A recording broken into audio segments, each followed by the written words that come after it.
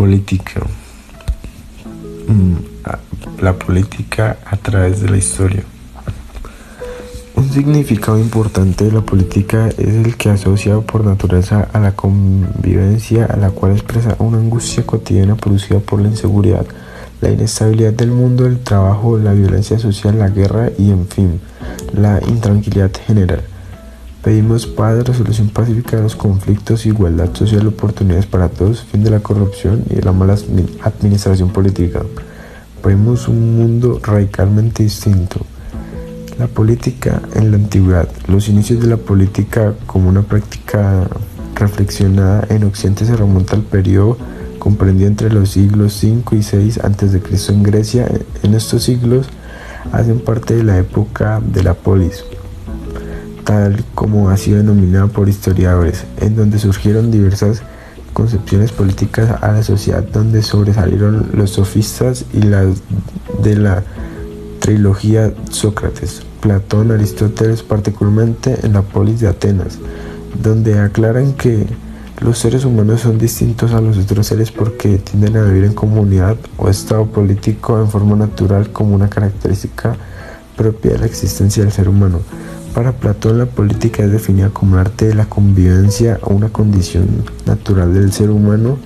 En el mismo sentido, Aristóteles define el ser humano como un sum politicum, animal político, donde significa una asociación cuyos elementos constituidos son el respeto y la justicia. Política de la modernidad.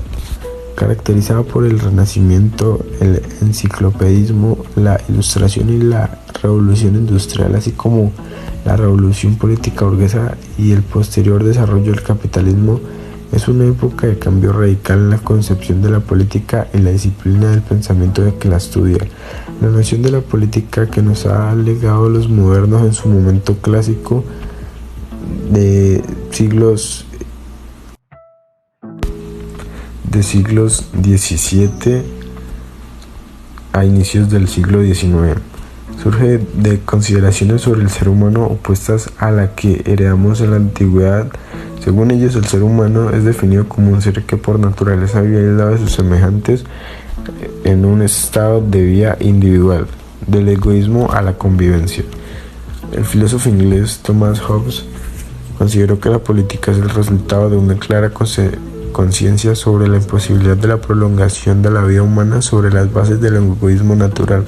La salida del estado en egoísmo es posible gracias a un pacto o convenio en el que los individuos antes aislados deciden ponerse en mano de una autoridad superior a la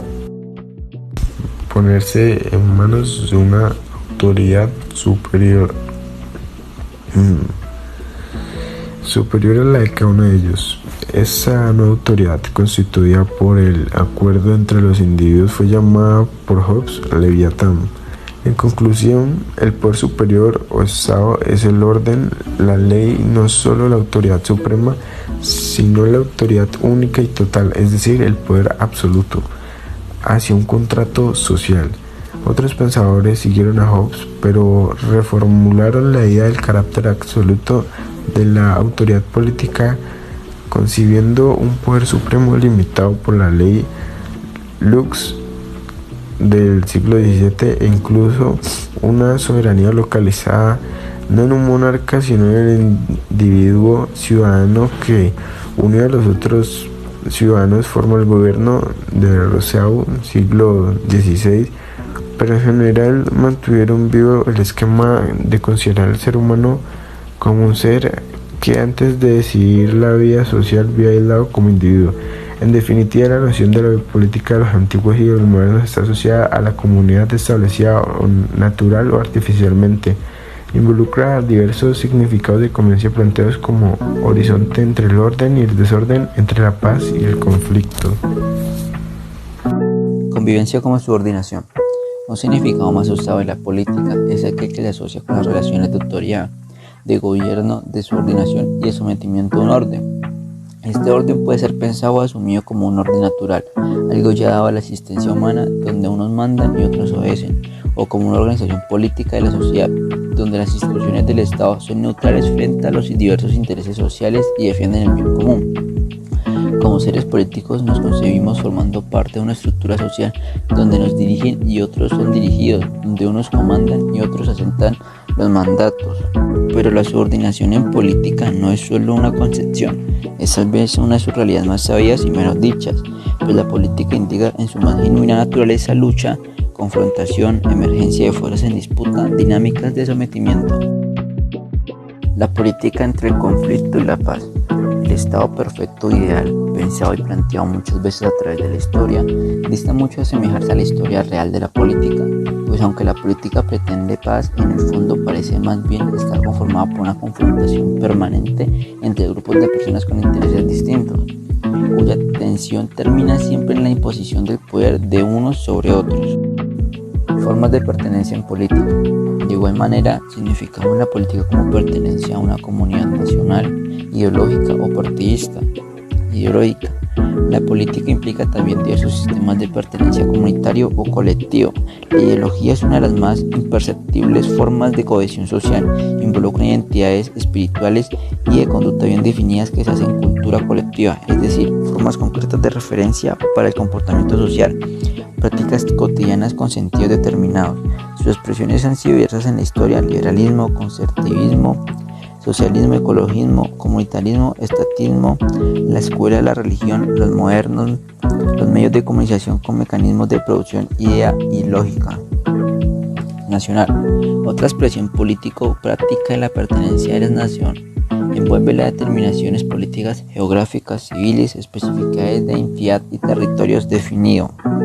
La gran mayoría de las personas somos nacionales de un país. Esto tiene unos significados concretos en términos de carácter de pertenencia, de las libertades, de la ciudadanía, de las posibilidades de ser reconocidos en el ámbito internacional, pero igualmente en términos ideológicos y culturales, identificados como etnia, lengua, religión, idiosincrasia. La nación es una identidad político-cultural que construye vínculos de pertenencia entre las personas. Partidista. Los partidos, grupos o movimientos sociales igualmente expresan este sentido de pertenencia a la política, pues son organizaciones dinámicas del interés colectivo. Ideología, nación, partido se han revalorado en un mundo que se planetariza, es decir, que construye relaciones de mercado, de intercambio y de gobierno a niveles supranacionales, globales, abriendo la posibilidad a formas políticas renovadas de la identidad ideológica, cultural y política. Dimensión constitutiva de la política.